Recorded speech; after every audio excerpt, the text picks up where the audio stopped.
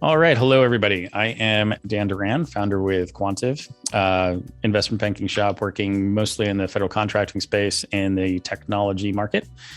Today, we're talking about the tale of growth and how we actually fund that, whether that is through debt or equity or what sort of instrument that might look like and some of the decision-making process there. So I am joined by my co-host, Dean Nordlinger. Dean, over to you. Great. Thank you, Dan. I'm Dean Nordlinger. I'm with Rome, middle market focused full service law firm. I'm in our DC office. I've been practicing for 20 years in the business and corporate capacity, representing clients throughout their life cycle, start to exit, and spend a lot of time with clients working on buy side and sell side M&A, including our guest who's with us today. I will tell you he's an individual who's highly experienced in government contracting, well embedded in the GovCon ecosystem. He's an owner and an executive whose roots are in small business government contracting. And he successfully operated and grew his company beyond small and did what we think is difficult to do, traverse that chasm from small business to full and open territory, and then actually sold the company. So with that backdrop, Avi, I want to turn it over to you to give you an opportunity to introduce yourself and provide a little background.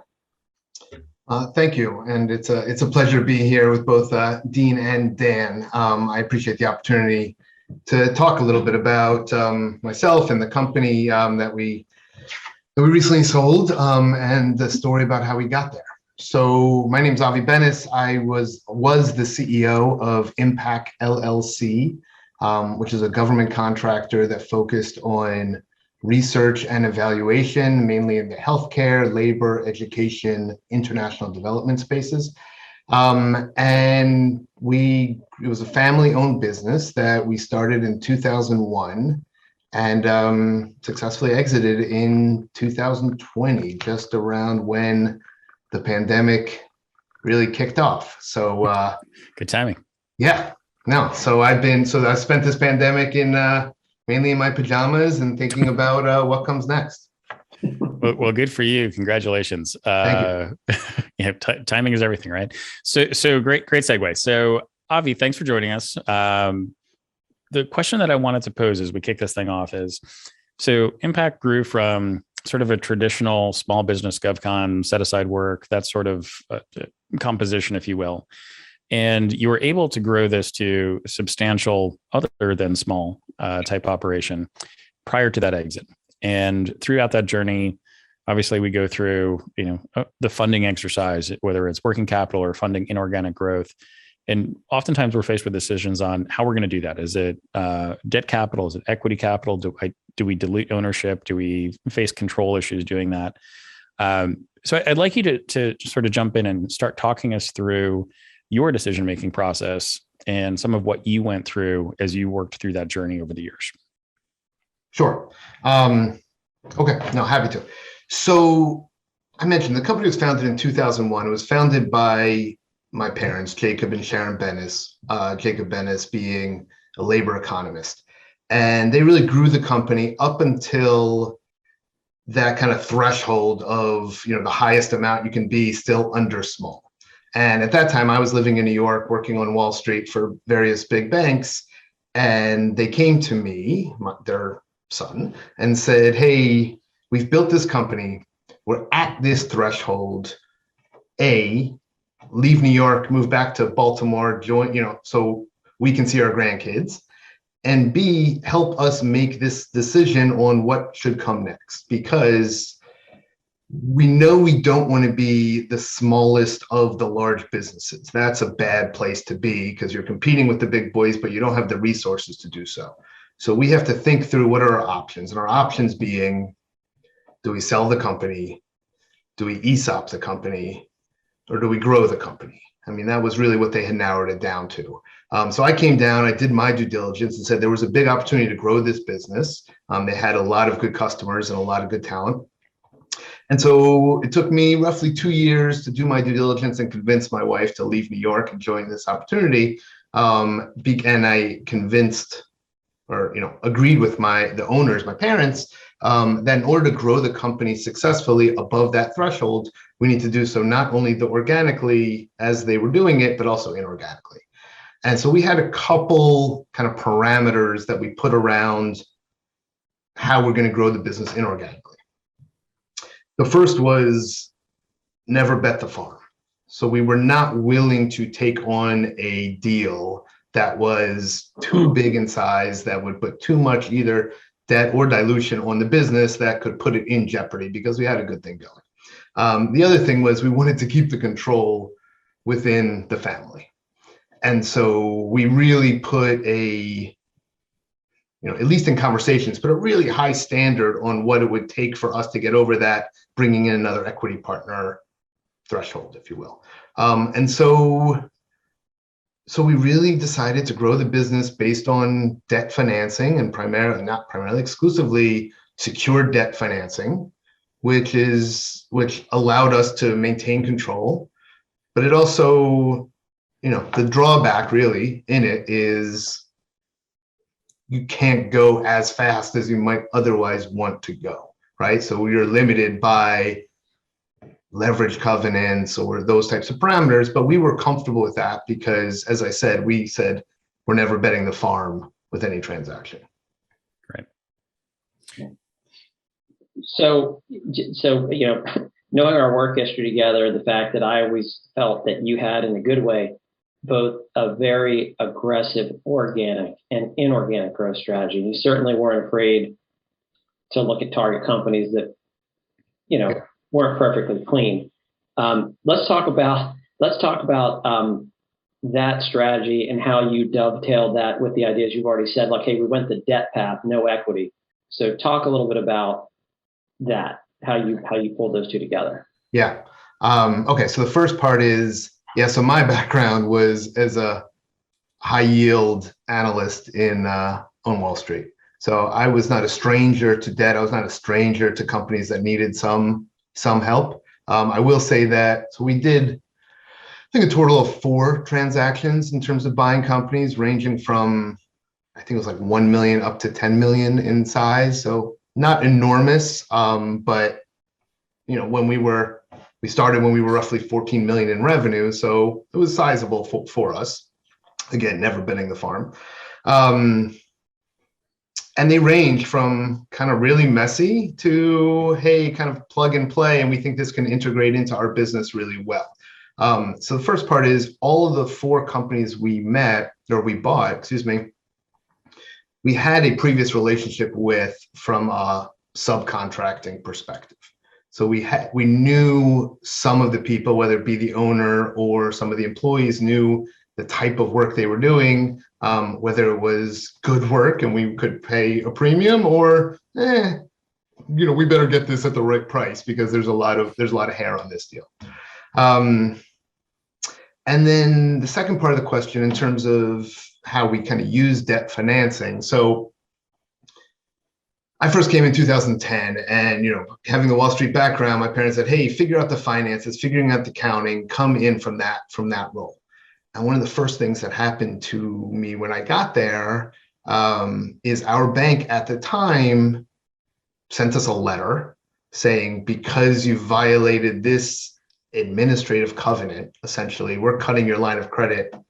I think it was from 2 million down to 1 million. And wasn't, still we were a small business, but I was so pissed, excuse my language, like that, I just got there and they send me a letter and this is how they treat me. And so we put, as we say in our family, you're going to stick it behind your ear, remember it for when you're in a position to do something about it. And when we finally were, we went out and I want to call it a beauty contest, but we interviewed various banks as to who could, we're now in a position with real EBITDA, recurring revenue, good stuff going on. And we had kind of the 5 national/local banks that focused on government contracting or had a government contracting arm. And we interviewed all of them. Because we were so kind of bank debt focused, there's very little in bank debt that they can compete on, right? The regulations are what they are. They can only give you so much, lower pricing by 1/8 of a point is, who cares? But one of them came and said, we had a pitch book. We explained what we wanted to do. One of them came and said, we will essentially pre-approve you for an acquisition term loan. And yes, if it's over X dollars, you'll have to come and go through our underwriting process, but it's almost like a pre-approved mortgage. And that was really sexy to me. And that's ultimately who won our business. And so we were able to utilize both that line of credit and the term loan in going after those transactions. And presumably this was a different bank, not the letter writer. We gave the letter bank a chance. Yeah. And their response was, we'll be there for you. Come to us with a deal and we'll be there for you. Yeah. And I'm like, no, I need something in writing. They're like, we don't do that. I'm like, yeah, okay, well, you don't get my business either. Yeah. So interesting. What you just said there is a common struggle with smaller deals where bank really doesn't want to talk about it until the deal is cooked. Yeah. And, by the time, especially for competitive deals, I mean, maybe in your situation where you're dealing with a, subcontractor and it's a pre-existing relationship, it's not an auction, it's not as fast. But if you're sitting here in a competitive deal environment, trying to get the bank to move at that pace where until I have an LOI, they don't want to talk to me. Yeah. Is challenging. So this was not in our series of questions that we're going to work through today, but help me understand that. Like, what was your philosophy going into this in terms of, speed and deal execution and these sorts of things in establishing the bank relationship here? Yeah. My philosophy was, first, we weren't that good in the auction process, right? We had a couple looks into various auctions, but like Dean pointed out, some of most of the deals we had some hair on it. So our willingness to pay for some risk, right, was valuable. And in the auction, it's hard to find that out. Everybody says that, but we never bought anything through an auction. Yep. We sold essentially through it, but not bought it. And then in terms of, we got to a really good relationship with the bank where I still had to present on these deals.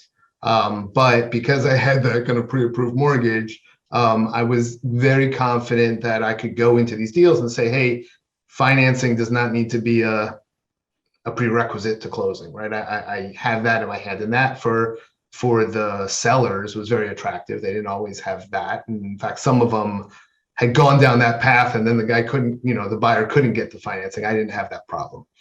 And yeah, I was because of my Wall Street background, I knew kind of what they needed to see, the bank, right? And so I was able to put a pitch book in saying, hey, this is how we want you to help us pay for it. Here is kind of our deleveraging schedule off of that, both baseline and aggressive. And so once you start talking their language, it was a lot easier for us to close on those. So as we're going through this dialogue and you are giving us the insight into how you, on behalf of your company, thought about a debt path, not an equity path. Mm-hmm. But stepping back from that more broadly and relate it to your company, but then almost as like a bit of input or advice to those who are out there still on this path.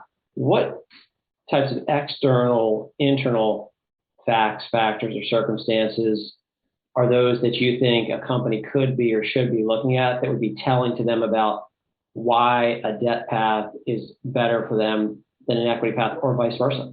Mm-hmm. Okay, so couple thoughts. The first part is really a consulting business, right? We're really selling people's time. And so then the fact that the founder of the business was a consultant selling his own time, it was a business model that allowed us to go, win business through a competitive RFP, proposal process with the government and staff up according to that, right? So at least in the beginning, I guess I'm contrasting that with a product-based business, right? Where you need a certain amount of upfront capital in order to go out and do it. And so we were blessed, if you will, with not a big upfront capital need. And so that helped us make a decision, okay, we don't need a big cash or equity infusion prior to actually generating revenue and, more importantly, EBITDA. The second part is timing, right? And so this company was, from birth to sale was 20 years. I think a lot of people probably say, hey, 20 years is too long for my exit. I need a 5-year plan. And if so, I need to grow beyond 20% a year in order to hit some number. And so in order to do that, you're not going to get kind of bank financing to fund that type of radical growth. And then the third thing is really simple, is the valuation matrix, right? Is if my business is worth $100 and I'm getting diluted by 50%, that means the business needs to be, that extra $50 I'm bringing in, the valuation needs to go to $200. And, going from 100 to 110 on my own is probably easier than going from 100 to 200 with that partner. Does that make sense? My math might be a little quick and dirty there, but was I getting the increase in value from that infusion of capital enough to offset my dilution? Got it. Understood. And I could never get to that answer, right? And so we did have plenty of, kind of these middle market PE firms come to us and say, you need our growth capital. And oh, by the way, we've got connections up the wazoo that are going to help you grow. And I never bought into it. Got it. Fair. Hey, so Avi, I'd like to come back to a comment you made earlier about sort of the initial discussions with your parents and that sort of thing. One of the things that I see frequently with founders and entrepreneurs, especially in this sort of lower middle market space, is they're frequently very debt averse. Mm-hmm. So you, as a good son, coming back from living the dream in Manhattan to the lovely city of Baltimore. Yeah. Parents must have really sold that. And you're leaving the high yield desk, and they are typical entrepreneurs, maybe. And you're like, hey, the thing we got to do is go out and execute a transaction and lever up and throw some debt on the books. Was there any reluctance there? How did they, get over that mental trap of debt is bad?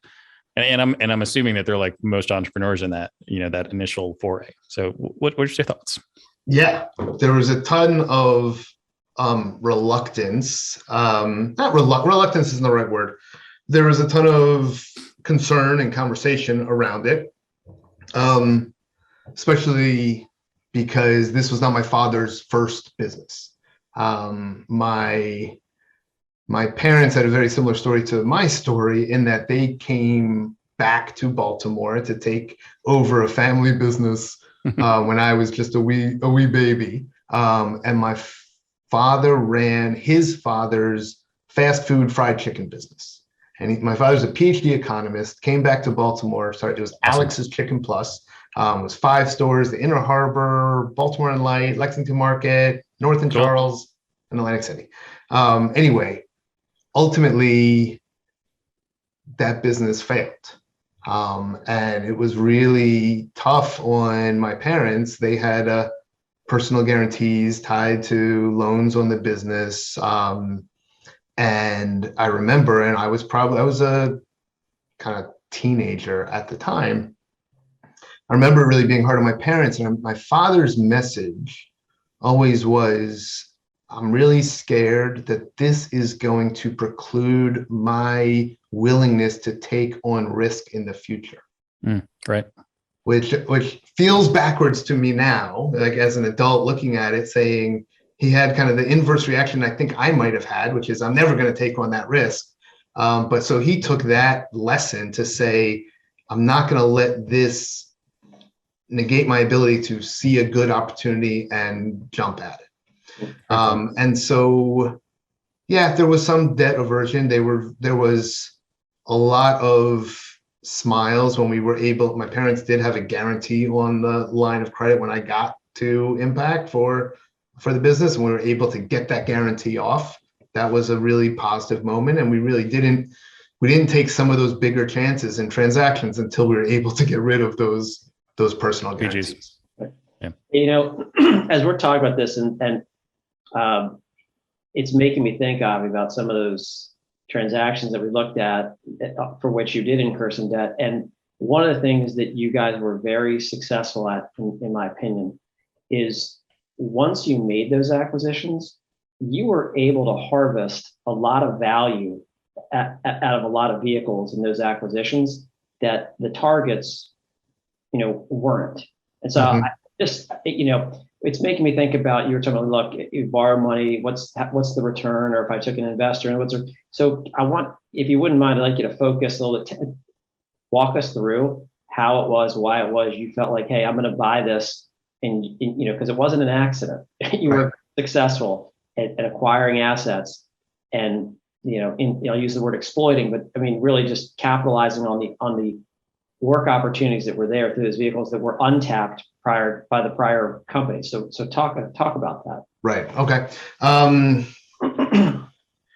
So one thing we love to do is, as many government contractors do, is, we try to get as many IDIQs as possible, right? Indefinite quantity contracts, hunting licenses with our focus customers.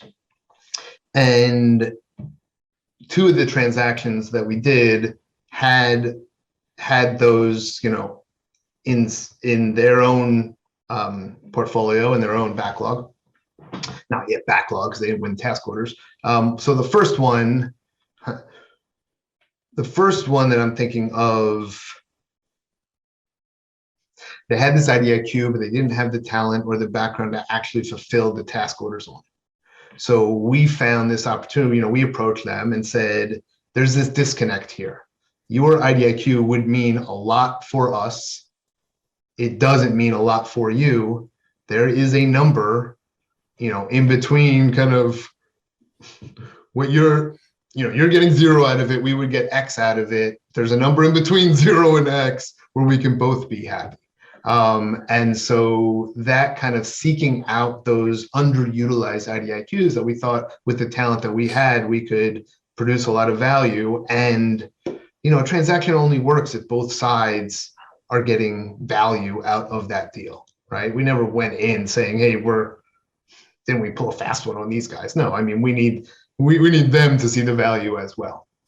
The second one, which had an IDIQ with another customer of ours, we knew the customer loved this company, but the company was small and didn't have the bandwidth to produce up to what the customer ultimately wanted to use this IDIQ for. So I remember the first day that kind of we walked down the halls together as one company, the customer's like, "Oh my gosh, you mean you can do this and this now, and we can put it all under this IDIQ?" We're like, "Oh, this was mono from heaven. Like, this is exactly why we wanted to do this deal." And both of those paid off pretty darn quickly. Right. Exactly. So on that note, in terms of the deal paying off, as you work through this, series of acquisitions, thoughts on debt versus equity mix? Were you thinking about, we are trying to lever this up as much as possible, or did you have sort of a certain leverage number that you were had you either made you squeamish or had a comfort level with? How did you approach that transaction structure thought process? Yeah, I mean, it was fairly simple based on our capital structure, which was, I told you, we had this line of credit and we also had this acquisition term loan. And once we tapped into the acquisition term loan, that had leverage covenants associated with it. Right. If I remember correctly, I want to say it was 4.5 times maybe was kind of my top of the term loan covenant. Yep. And so, we felt comfortable going up to that kind of 5 times ish, maybe it was around there, knowing that we'd have a pretty quick path to get back to the 2 times or so that we generally lived at as when we weren't in acquisition mode. Awesome. Yeah, makes sense. And because of the things I said earlier, we did get approached for equity, but didn't think that we needed it. Thought that we could grow the business at a rate that we felt comfortable with within staying in that 4.5 times to go and buy companies. So So, and you hit upon this a little bit, but let's stay on that topic. So obviously it was a very successful strategy and decision to go with debt for growth and not bring in any equity. But just let's sort of wax philosophical in any way. Had you opted for equity financing, how do you think that might have affected IMPAQ's trajectory and how and when IMPAQ ultimately exited? That's a good question. I mean, one of the things we were very fearful as a closely held family-owned business was making financial-based decisions that we didn't think were in the best interest of the long-term value of the overall company. And so we would, we had several kind of key employees that would argue with us when we would go and bid on a project that was out of our sweet spot, or we would hire people ahead of actually winning business, or we would do a transaction, maybe not quite in kind of the overlapping Venn diagram of the work that we were doing, because they didn't see kind of that direct line to how are our quarterly numbers, how's our billability, how are all those metrics that we monitor our success going to be impacted. We said, okay, those are short-term in nature. We think we're creating value for the long term. Ultimately, we really weren't planning on the sale. We were just thinking about how do we create the most value? How do we get the most scale out of this operation? And so we would take certain risks that I think somebody who's more focused on the kind of monthly, quarterly, annual numbers probably would hesitate in taking. Now, had we brought in somebody without controlling interest and without much of a say, I'm not sure how that would have impacted. It would have, it might have limited our ability to. I was thinking in a backwards way, it limited our ability to pay our employees well, to be generous with employees, because those are the types of things that we tried to do in order to grow the overall business, because we thought it was good decisions. Having more equity partners maybe would have made us think twice about that. I don't know. Got it. Yeah. So, and I think you said you did 4 or 5 transactions. Was that roughly right? Yeah. Talk to me for a moment about the strategy that you linked together there. How deliberate was it in terms of stitching together this series of deals to create the company that IMPAQ became ultimately before the transaction? Yeah. If I did get any criticism, and I think it's probably rightfully so, it's that it wasn't part of an overall master plan. It wasn't first we're going to do A, then we're going to do B, then we're going to do C. It was, here is an opportunity to grow our health group. Here's an opportunity to grow our labor group. Here's an opportunity that is going to pay off in so quick of a time frame that I'd be an idiot not to do it. Right. And so I would say that we were much more opportunistic than strategic in that way. We were strategic in that, these meetings, getting the pre-approved line of credit or pre-approved term loan, in the, focusing on, okay, if our leverage goes up to 4.5 times now, we need to get it back to 2 times. Okay, we're, 2 years from now is kind of the next. One of the things that this structure, the strategy prohibited us from doing, couldn't really do too much at once from a transaction standpoint, right? Because if you're levering up to get the first one, you're not willing to de-lever too quickly with equity infusions or something, then you kind of have to wait to see the benefits of that transaction before you can go and do the next one. Right. Yeah, that makes sense. So I certainly appreciate the self-deprecation in the answer, but by the same token,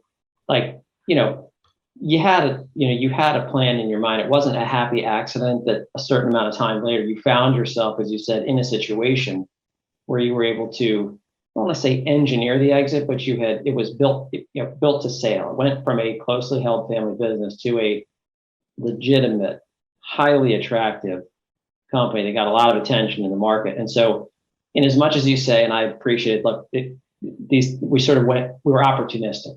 Mm-hmm. Could you talk just a little bit about, okay, that'll happen, but within the greater sort of umbrella forest level view of you saying, okay, so this is the opportunity, but here's how it is going to translate down the road? Like, because you had some thought about that. Yeah, I did have a lot of thought about that. I had a couple numbers in my head in terms of we need to get to this level in order to attract some interest from, if we ever did want to sell, or we need to get to this number if we ever want to go public. And those were kind of two different numbers in my head. And those were the two logical exits based on kind of how we were going about it. So I did two things that I think helped a lot when I joined the company in 2010 and came in with this kind of Wall Street background into a family-owned, closely held government contractor. Two things that kind of changed the way we viewed internally what we were trying to do, at least for my impact. The first thing I did is I took one wall in my office. I almost created like a wall of fame. I took those big Post-it notes, that you can rip off and paste to the wall. And I had one for every company in this space, from the largest public company, the Lockheed Martins, the Booz Allens, those types of guys, all the way down to kind of the smaller competitors of ours. And I had on each one had its own page, was what businesses are they in? What are their financial statistics? When were they founded? Who's running them? And so I learned a lot about, okay, where are these businesses valued today? How did they get there?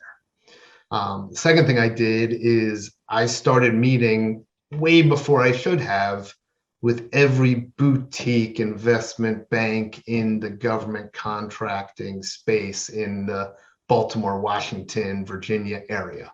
And some of those, I got laughed out of the room because they're like, what are you doing here? You're small, come back to me when you've got full and open business.